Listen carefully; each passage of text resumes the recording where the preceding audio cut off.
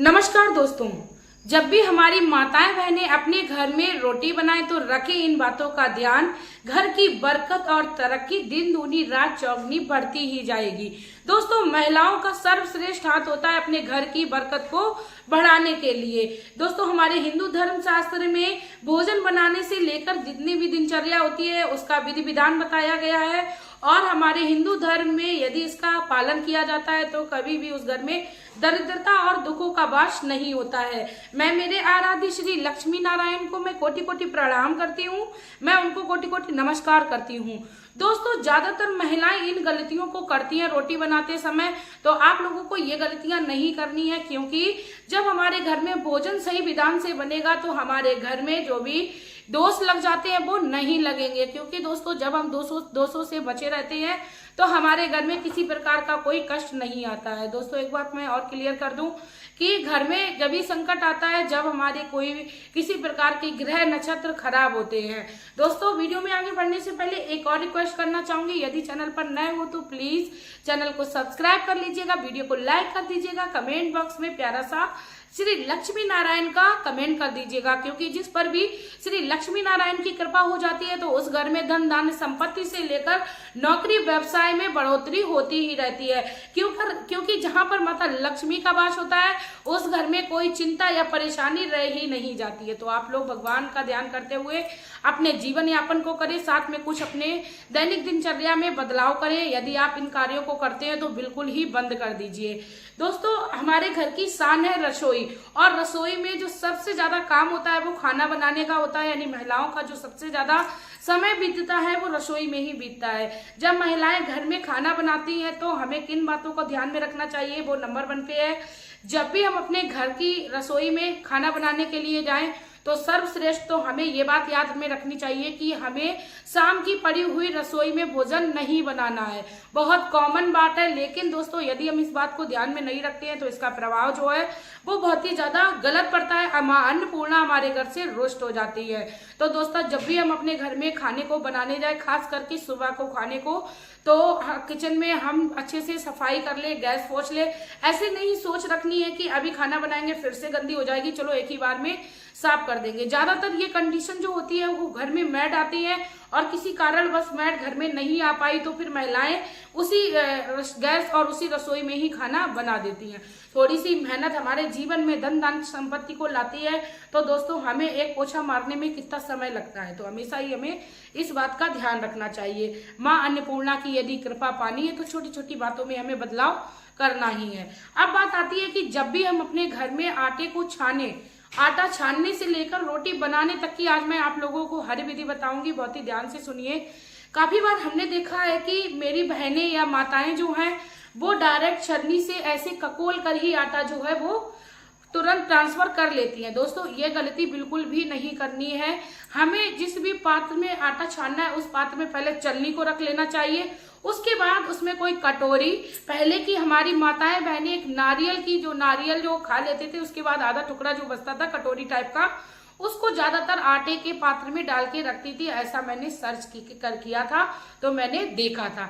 लेकिन आज के जमाने में ये संभव नहीं है, तो आप अपने घर का कोई भी पात्र, कटोरी, कटोरा इत्यादि कुछ भी उसमें डाल सकते, उससे ही आटे को छन्नी में ट्रांसफर करें, ना कि आप उसमें डायरेक्ट छन्नी को कलोल कर उस आटे को निकाल कर। क्योंकि जब हम आटा उस छन्नी को ककोल कर उस कनस्तर से निकालते हैं दोस्तों, तो थोड़ा बहुत आटा जो है वो जमीन पर हमारा छन्नी के द्वारा निकल जाता है।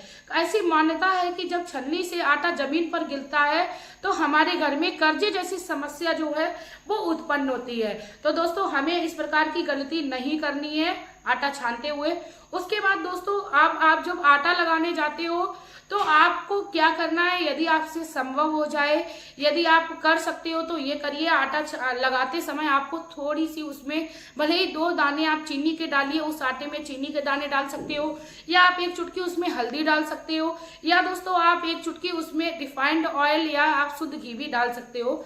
यदि आप खाली आटा ना लगाएं तो ज्यादा अच्छा है, नहीं तो यदि आपके घर में पसंद नहीं किया जाता तो आप ऐसे भी लगा सकते हो, क्योंकि हल्दी एक चुटकी डालने से वह पीला हो जाता है। उसके बाद दोस्तों आपके घर में जैसे आटा खाया जाता है आप उस तरीके से लगा लीजिए, लेकिन आटा गूंदते समय जो लास्ट वाली प्रोसेस होती है उसको बहुत ही ध्यान से सुनिए। बहुत ही महत्वपूर्ण भूमिका निभाता है हमें घर की तरक्की को करने के लिए। जब भी हम लास्ट में आटा लगा के यानी आटा को गूंद कर उसकी जो एक पीढ़ बना के रखते हैं, तो उसको हमें क्या करना चाहिए, हमेशा ही हमें उसमें अपनी उंगलियों की छाप को छोड़ना चाहिए। थोड़ा सा आटा तोड़कर उसमें फिर से लगा देना चाहिए। हमने कई बार अपने बड़े बुजुर्गों को भी देखा है और कई बार हमारे मन में प्रश्न भी आता है कि आखिर हमारी मम्मी नानी दादी ऐसा क्यों करती हैं, लेकिन कभी हम लोगों ने क्वेश्चन नहीं किया। हो सकता है उनको भी ना पता हो और वो भी अपने बड़े बुजुर्ग को देखकर ये काम करती आ रही हूँ। लेकिन हमारा जो माहौल है, हमारा जो जमाना है वो डिजिटल हो गया है। हम लोग हर चीज को सर्च करके तुरंत देख लेते हैं। उसका सिर्फ और सिर्फ एक ही कारण होता है, जब हम अपने घर के आटे की पीढ़ में अपनी उंगलियों को छाप को छोड़ते हैं, तो ऐसी हिंदू धर्म शास्त्र में मान्यता है कि माँ लक्ष्मी के चरण कमलों की छाप हमने अपने अन्न पर छोड़ दी है। दोस्तों माँ लक्ष्मी इस तरीके से जब हम उंगलियां छोड़ते हैं तो छोटे छोटे पंजों के आकार बन जाते हैं। तो दोस्तों माँ लक्ष्मी की चरण कमलों की छाप हम लोग अपने आटे पर छोड़ देते हैं, जिससे माता लक्ष्मी के साथ साथ अन्नपूर्णा का वास हमारी किचन में बना रहे। और हमें हमेशा ही आटे को गूंदने के बाद उनको चरण स्पर्श कर लेना चाहिए, यानी मस्तक पर अपने हाथों को लगाना चाहिए। उसके बाद ही अपने हाथों को धोना चाहिए। बहुत ही महत्वपूर्ण और बहुत ही मैंने सटीक जानकारी आप लोगों को दी है। आप लोग करके देखिए, आप लोग देखेंगे कि आप लोगों घर में माता अन्नपूर्णा की कृपा होने लगी है। उसके बाद दोस्तों बात आती है रोटी बनाते समय और कौन बातों का ध्यान में रखना चाहिए। अब पहले एक इम्पोर्टेंट बात और बता लूं कि कभी कभार हमारे घर में हमने देखा है कि बीच में कोई रिश्तेदार आ जाता है, या हमारे आस पड़ोस के लोग आ जाते हैं, या हमारे और पारिवारिक जन होते हैं वो आ जाते हैं जो दूसरे घर में रहते हैं, और हमें ऐसी फीलिंग आती है ज्यादातर महिलाओं की, कभी कभी मेरे साथ भी ऐसा हो जाता है, लेकिन हमें इन गलतियों को नहीं करना चाहिए कि आटा थोड़ा लगाया और वो आ गए, और सपोज दैट क्योंकि खाना बन रहा है तो उनको पूछना ही पड़ेगा। और ज्यादातर माताएं बहनें अंदर से ही एक अलग सा भाव रखती हैं, अब ये आ गए इनके लिए भी आटा लगाना, आटा मैंने बहुत थोड़ा सा लगाया। दोस्तों ये गलती नहीं करनी है, क्योंकि कहा जाता है ना जाने किस भेष में मिल जाए भगवान। तो आपको घर में जो भी अतिथि आए, आपके घर के आस पड़ोस का आए, आप उसको प्रेम पूर्वक भोजन को पूछिए, उस खाना ना खाना उसकी इच्छा है। आप थोड़ा सा आटा अगर दोबारा लगा लेंगी, दोबारा से मेहनत हो जाएगी, तो उसमें कोई बड़ी बात नहीं है। वैसे भी डेली डेली हमारे घर में कोई नहीं आता है। अब इसके बाद दोस्तों मैं सबसे महत्वपूर्ण बात रोटी बनाने से पहले ये भी बता दूं कि आपको हमेशा ही अपने घर में एक रोटी गाय माता की नाम की अवश्य निकालनी चाहिए। चाहे आपके घर में कितनी भी बुरी परिस्थितियां चल रही हो, या चाहे आपके घर में कितनी भी अच्छी परिस्थितियां चल रही हो। ऐसा नहीं होता है किसी दोष को मिटाने के लिए ही हम गाय माता को रोटी देते हैं, ऐसा बिल्कुल नहीं है दोस्तों। गाय माता की रोटी हमें हर हाल में निकालनी ही चाहिए अपने घर से।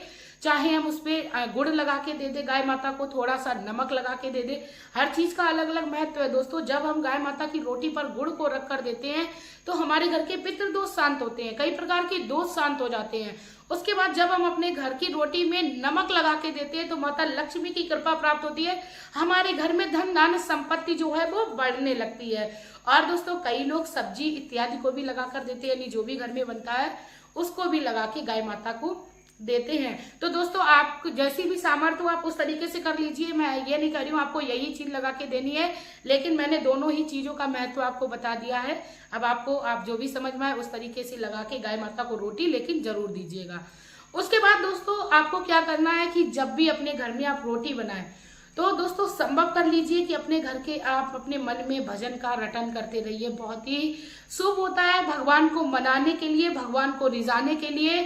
और दोस्तों जो भी हम भोजन बना रहे होते हैं वो साक्षात भगवान उसको स्वीकार कर लेते हैं। बहुत ही अच्छा तरीका होता है भगवान को मनाने का, बहुत ही सही समय होता है भगवान को रिझाने का। तो भगवान रोटी बनाते समय हमेशा ही हमें अपने मन में भजन को गुनगुनाना चाहिए। अब कई सारी मेरी बहनें ये कहेंगी उनको भजन नहीं आते हैं या उनके पास उनके घर में पसंद नहीं है कि वह भजन को गुनगुनाए, तो आप अपने पास मोबाइल चला के रख लीजिए। जिस तरीके से हम अपने घर में रोटी बनाते समय सीरियल्स को चला के रख लेते हैं या अपनी मन पसंदीदा वीडियो को लगा के रख लेते हैं, तो क्यों ना उस समय थोड़ी देर के लिए हम भजन को सुन लें। बस दोस्तों उस समय का सुना हुआ भजन हमारे घर का भोजन भगवान स्वयं करने आते हैं, क्योंकि कहते हैं कलयुग केवल नाम आधारा, सुमिर सुमिर नर उतरे पारा। कलयुग ही एक ऐसा, कलयुग में एक ऐसा वो भगवान के द्वारा बताया गया है कि लोग भगवान का नाम लेने मात्र से भगवान की कृपा प्राप्त कर लेते हैं। भगवान को मनाने के लिए हमें बड़े बड़े उपाय, बड़े बड़े साधन नहीं करने पड़ते हैं, सिर्फ और सिर्फ उन्हें प्रेम से बुलाना होता है।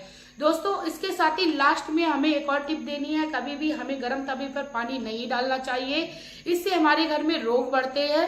और कभी भी हमें अपने लास्ट वाली रोटी को अपने घर के परिजन को नहीं देना चाहिए। यदि कोई मजबूरी है या आटा खत्म हो गया है या आप चाहते हो कि अब आप रोटी नहीं बनाएंगे, तो आप भले ही अपने पारिवारिक जन को दे दें, अन्यथा कोशिश करिए कि लास्ट वाली रोटी आप कुत्ते को भी अवश्य दें। यदि आपको लगता है आपके घर में बहुत दिनों से दोष जो हैं वो लगे हुए, आपके घर में बहुत ज्यादा परेशानियां हो गई हैं और काफी दिनों से आप उन परेशानियों का हल करना चाह रहे हैं, उसके बावजूद भी आपके घर में परेशानियों का हल नहीं हो पा रहा है, तो ऐसे में आप कुत्ते की रोटी दे सकते हैं, बहुत ही अच्छा आपको प्रभाव देखने को मिलेगा।